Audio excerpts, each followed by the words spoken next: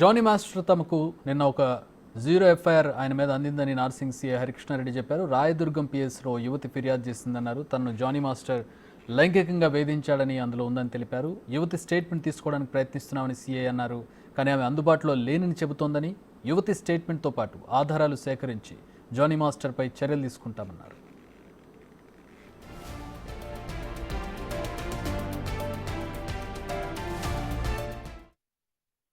Police station నుంచి ఒక zero FIR రావడం జరిగింది. అక్కడ ఒక victim age about 21 to 22 years, ఈ ఫిలిం ఇండస్ట్రీకి సంబంధించిన కొరియోగ్రాఫర్ ఎవరైతే జానీ మాస్టర్ ఎవరైతే ఉన్నారో ఆమెని సెక్సువల్గా అబ్యూజ్ చేసినట్టుగా, థ్రెటనింగ్ చేసినట్టుగా, వర్క్ ప్లేస్లో థ్రెటన్ చేసినట్టుగా, సెక్సువల్ అబ్యూజ్ చేసినట్టుగా మాకు జీరో ఎఫ్ఐఆర్ అయ్యి మాకు ఇక్కడికి రావడం జరిగింది. మాకు ఇక్కడ నిన్న మేము కూడా ఇక్కడ ఎఫ్ఐఆర్ చేసినాము. దాంట్లో ఇన్వెస్టిగేషన్ చేస్తున్నాము. యాజ్ పర్ ఇన్వెస్టిగేషన్ వచ్చిన ఎవిడెన్స్ని బట్టి ఫర్దర్గా ప్రొసీడ్ అవుతాము. దీంట్లో విక్టిమ్ ఎవరైతే ఉన్నారో విక్టిమ్ ఎగ్జామిన్ చేయాల్సి ఉంది, ఎవిడెన్స్ కలెక్ట్ చేయాల్సి ఉంది. As per evidence collected evidence further investigation proceed అవుతాము. అదే వర్క్ ప్లేస్లో సో సెక్సువల్ అబ్యూజ్ చేసినట్టుగా, తర్వాత థ్రెటన్ చేసినట్టుగా కంప్లైంట్ ఇవ్వడం జరిగింది. దాన్ని బేస్ చేసుకొని మేము ఇన్వెస్టిగేషన్ చేస్తాం. మీరు సంప్రదించే ప్రయత్నం చేశారు అటు జానీ మాస్టర్ గారు, లేకపోతే యువతి స్టేట్మెంట్ ఏమైనా చేస్తాం? అది ఇన్వెస్టిగేషన్లో భాగంగా చేస్తాం. ముందుగా ఎవిడెన్స్ కలెక్ట్ చేసుకొని ఆ ఎవిడెన్స్ బేస్ చేసుకొని ఏముందో ఫర్దర్గా ప్రొసీడ్. జానీ మాస్టర్ను కాంటాక్ట్ చేసే ప్రయత్నం లేదు. ముందు మేము ఒక ఎవిడెన్స్ కావాలి కదా, విక్టిమ్ ఇచ్చే ఎవిడెన్స్ని బట్టి, ఆమె స్టేట్మెంట్ని బట్టి ఏమైంది అంటే చూస్తాం. వచ్చిందా సార్ ఇక్కడ? Thank you. విక్టిమ్ అందుబాటులోకి వచ్చినారు. ప్రజెంట్ లేనని చెప్తున్నారు. అవుట్ ఆఫ్ స్టేషన్ వస్తానని చెప్తున్నారు. చేస్తున్నాం. యాజ్ పర్ ప్రొసీజర్ ఏముందో అది చేస్తాం. Thank you. రైట్, మా ప్రతినిధి రాణా జాయిన్ అవుతున్నారు. జీరో ఎఫ్ఐఆర్ నమోదైంది అంటే యువతి లేదు, ఫోన్ కాల్లో ఆమెకి నాకు ఇబ్బంది ఉంది, ఈ విధంగా జరిగిందని చెప్పడంతో జీరో ఎఫ్ఐఆర్ ఫైల్ చేస్తారు. మహిళలకి ఇటీవల కాలంలో వచ్చినటువంటి సౌలభ్యం ఇది. ఎక్కడి నుంచైనా ఫోన్ చేసి జీరో ఎఫ్ఐఆర్ ఫైల్ చేయొచ్చు. కానీ ఫర్దర్గా ఎవిడెన్స్ ప్రొవైడ్ చేయాల్సి ఉంటుంది, పూర్తి స్థాయిలో వాళ్ళు సబ్మిట్ చేయాల్సి ఉంటుంది. రైట్, మా ప్రతినిధి రాణా జాయిన్ అవుతున్నారు. రాణా, జీరో ఎఫ్ఐఆర్ టెక్నికాలిటీస్ ఏంటి లీగల్గా?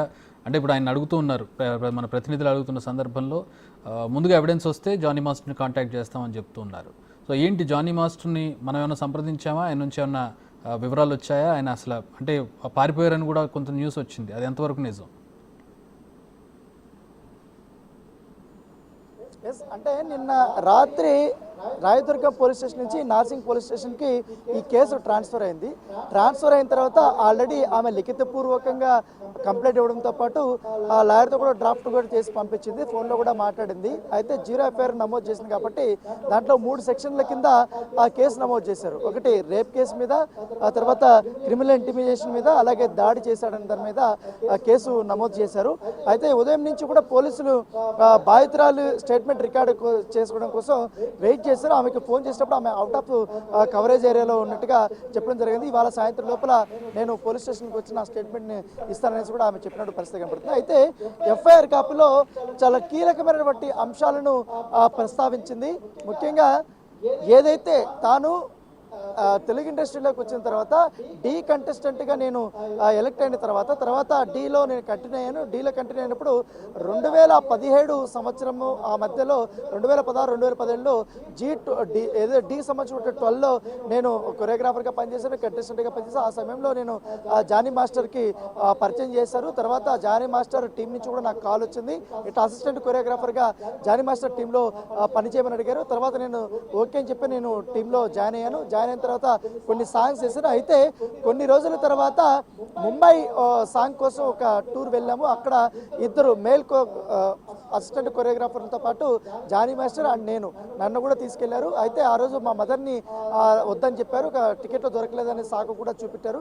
అయితే నేను వెళ్ళిన తర్వాత అక్కడ పని అయిపోయిన తర్వాత హోటల్లో దిగాము. హోటల్లో దిగినప్పుడు నన్ను తన రూమ్కి పిలిపించాడు. రూమ్కి పిలిపించిన తర్వాత నాతో అసభ్యంగా ప్రవర్తించాడు, నా పైన లైంగిక దాడి చేశాడు. తర్వాత నేను ఏడ్చుకుంటూ బయటకు వచ్చాను. బయటకు వచ్చిన తర్వాత ఈ విషయం ఎవరికైనా చెప్తే ఇండస్ట్రీలో ఎప్పుడో నీ కెరీర్ స్టార్ట్ అయింది కాబట్టి ఇటు డాన్సర్గా కానీ ఇట్లా కొరియోగ్రాఫర్గా కానీ పూర్తి స్థాయిలో నీకు అవకాశాలు లేకుండా చేస్తారు, ఇండస్ట్రీ నుంచి తరిమేసినట్టు కూడా భయమేసింది అనేది భయపెట్టాడు అనేసి కూడా తను చెప్పినటువంటి వర్షను. తర్వాత కొన్ని సాంగ్స్కి అసిస్టెంట్ కొరియోగ్రాఫర్గా చేశాను. ముఖ్యంగా ఈ సినిమా షూటింగ్స్లో వ్యానిటీ వ్యాన్ ఉంటుంది, ఆ వ్యానిటీ వ్యాన్లకు తరచుగా తనను పిలిపించుకున్నప్పుడు వెంటనే తన ప్యాంటుని విప్పేయడము, విప్పేసిన తర్వాత లైంగిక సంబంధితమైన వ్యవహారంలో పాల్గొనమనేసి నా పైన ఒత్తిడి చేయడము, దానికి నేను ఒప్పుకోకపోయేసరికి తనను కొట్టడం కానీ, బెదిరించడం కానీ, అబ్యూజివ్ లాంగ్వేజ్ వాడటం కానీ ఇవన్నీ కూడా చేసినటువంటి పరిస్థితి అయితే కనపడుతుంది.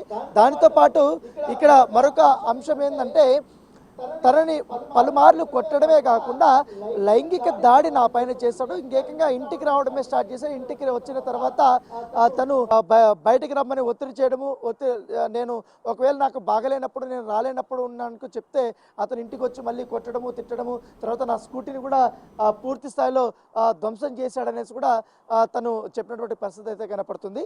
అయితే ఈ విషయం జానీ మాస్టర్ వాళ్ళ వైఫ్కి తెలుసు. ఒకానొక రోజు జానీ మాస్టర్ వైఫ్ ఇద్దరు మా ఇంటి దగ్గరికి వచ్చారు. ఇంటి దగ్గరికి వచ్చి తలుపులు కొట్టారు, గట్టిగా తలుపు తెరవమని ఒత్తిడి చేశారు. సరే నేను తలుపు తెరిచిన తర్వాత డైరెక్ట్గా వచ్చి నా పైన జానీ మాస్టర్ వాళ్ళ వైఫ్ దాడి చేసింది అనేది కూడా విక్టిమ్ తన కంప్లైంట్ కాపీలో రాసింది. ఇదే అంశాన్ని ఎఫ్ఐఆర్ కాపీలో కూడా వాళ్ళు పొందుపరిచారు. పలుమార్లు కొట్టారు. తర్వాత మతం మార్చుకొని జానీ మాస్టర్ని పెళ్లి చేసుకోమని కూడా ఒత్తిడి చేసింది. గతంలో పలుమార్లు షూటింగ్లో ఉన్నప్పుడు కూడా నన్ను పెళ్లి చేసుకున్న తర్వాత మతం మార్చుకునేసి కూడా ఒత్తిడి చేశారని కూడా తను విక్టిమ్ అందులో రాసింది. ఇదే అంశాన్ని కూడా అక్కడ ప్రస్తావించినటువంటి పరిస్థితి కనపడుతుంది. అయితే తర్వాత నేను వీళ్ళిద్దరి నుంచి విడిపోయిన తర్వాత స్వతహాగా నేను ఇండివిజువల్గా నేను ఎదగాలి, నా కెరీర్ని ప్రారంభించాలనుకున్నప్పుడు కొంతవరకు డీ నుంచి నాకు ఫేమ్ వచ్చింది కాబట్టి అవకాశాలు అనేది కొన్ని వచ్చాయి. ఆ అవకాశాలు వచ్చినప్పుడు నేను వాటిని సద్వినియోగం చేసుకునే పనిలో ఉన్నప్పుడు అక్కడికి కూడా జానీ మాస్టర్ తన మనుషులు పంపించి జానీ మాస్టర్ నువ్వు పెళ్లి చేసుకోలేకపోతే నీ కెరీర్ అంతా ఖతం అయిపోతుంది అనేది కూడా అక్కడ బెదిరించారు. దీంతో నేను కాన్సన్ట్రేట్ చేయలేకపోతున్నాను. చాలా వరకు కూడా నేను సైలెంట్ అయిపోయాను నీ బెదిరింపులతో, భయంతో. ఎందుకంటే జానీ మాస్టర్ ప్రత్యేకంగా చెప్పాల్సిన అవసరం లేదు. ఇప్పుడు కోలీవుడ్లో టాప్ కొరియోగ్రాఫర్గా ఎదిగాడు, బాలీవుడ్లో మంచి మంచి సాంగ్స్ చేస్తున్నాడు, టాలీవుడ్లో ది బెస్ట్ కొరియోగ్రాఫర్గా కూడా అతను ఉన్నాడు. పైగా నేషనల్ అవార్డు విన్నింగ్ కూడా అతను చేసుకున్నాడు కాబట్టి అతని పేరు ప్రఖ్యాతుల్లో ఉన్నాయి కాబట్టి అతన్ని ఇప్పుడు తట్టుకోవడం మన కష్టం కాబట్టి ఉద్దేశంతో నేను సైలెంట్ అయిపోయి, అయినా కూడా నా పైన హరాస్మెంట్ జరుగుతూనే ఉంది. నేను పనిచేసే చోటు కూడా వచ్చి హరాస్మెంట్ చేస్తున్నాడంటూ కూడా కంప్లైంట్ ఇచ్చింది. సో దీన్ని బేస్ చేసుకుని ఇప్పుడు ఎఫ్ఐఆర్ 3 సెక్షన్స్ కూడా నమోదు చేసింది కాబట్టి 0 ఎఫ్ఐఆర్ కాబట్టి. అయితే ఇప్పుడు తను స్వతహా ఇప్పుడు స్టేషన్కి వస్తే ఈ స్టేషన్కి వచ్చిన తర్వాత ఆమె నుంచి స్టేట్మెంట్ రికార్డ్ చేయాల్సి ఉంటుంది. ఆ స్టేట్మెంట్ రికార్డ్ చేసిన తర్వాత మాత్రమే ఆమె దగ్గర ఉన్నటువంటి ఎవిడెన్స్ ఏంటి, ఎందుకంటే అనేక అలిగేషన్స్ పెట్టింది కాబట్టి వాట్సాప్ చాట్ కానీ, వీడియో కాల్స్ కానీ, లేకపోతే సీసీ కెమెరా ఫుటేజ్ కానీ, లేకపోతే ఇతర పిక్స్ కానీ, వాళ్ళిద్దరూ కలిసి ఉన్నటువంటి ఏమన్నా లైంగికంగా వేధించినప్పుడు ఎవరన్నా చూసినప్పుడు వాస్తవాలు చెప్పడానికి కానీ, ఐ విట్నెస్ కానీ ఇవన్నీ ఉన్నారనేది కూడా అవన్నీ సబ్మిట్ చేయమని కూడా వాళ్ళు చెప్పినట్టుగా మనకు సమాచారం. అయితే తను విక్టిమ్ మాత్రం ఇంకో మాట అంటుంది, ఎప్పుడైతే నేను లైంగికంగా తనకు సహకరించలేదు, ఒప్పుకోలేదు, ఆ రోజు మాత్రం వ్యానిటీ వ్యాన్ దిగిన తర్వాత మొత్తం సెట్ అంతా ఉంటుంది. సెట్ అంతా ఉన్నప్పుడు వాళ్ళందరి ముందు నన్ను తిట్టడము, భయంకరంగా తిట్టడము, ఎక్కడ పడితే అక్కడ చేతులు వేస్తూ తడబడము, ఇవన్నీ కూడా చేశాడు. అవంతా కూడా నాకు చాలా ఆక్వర్డ్ ఫీలింగ్ అనేది ఇచ్చిందని కూడా తను చెప్తున్నట్టు వర్షన్. సో ఈ నిజానిజాలనేది కూడా ఇన్వెస్టిగేషన్లో తెలుస్తుంది కాబట్టి. కాకపోతే ఈ వ్యవహారం పైన ఇప్పటికే ఇటు మా అసోసియేషన్లో కూడా తెలిసింది, అలాగే డాన్సర్ అసోసియేషన్లో తెలిసింది. ఇవాళ ఉదయం కూడా వాళ్ళు ఒక మీటింగ్ కూడా పెట్టుకున్నారు. జానీ మాస్టర్ యొక్క వ్యవహార శైలి పైన కానీ, గతంలో ఎవరిపైన డాన్సర్ల పైన ఇట్లాంటి లైంగిక దాడి జరిగిందన్న కోణంలో కూడా అక్కడ వాళ్ళు మీటింగ్ పెట్టుకున్నప్పుడు వాటి నుంచి కూడా కొన్ని ఇన్ఫర్మేషన్ తీసుకున్నట్టుగా మనకు సమాచారం అందుతుంది. అయితే ఇప్పటివరకు విక్టిమ్ ఇక్కడ అయితే రాలేదు.